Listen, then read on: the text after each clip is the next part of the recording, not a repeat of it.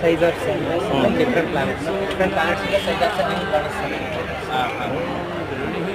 ಹತ್ರ ಇರೋ ಪ್ಲಾನೆಟ್ಸ್ ದೂರ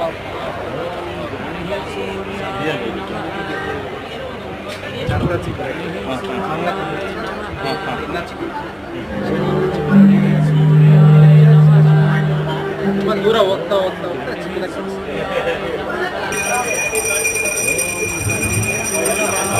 ಡಿಫ್ಲೆಕ್ಷನ್ ಆಫ್ ಲೈಟಿಂದ ಹೇಗೆ ನಮ್ಮ ಡಿಸ್ಟೆನ್ಸ್ ಕಂಡುಹಿಡಿಬೋದು.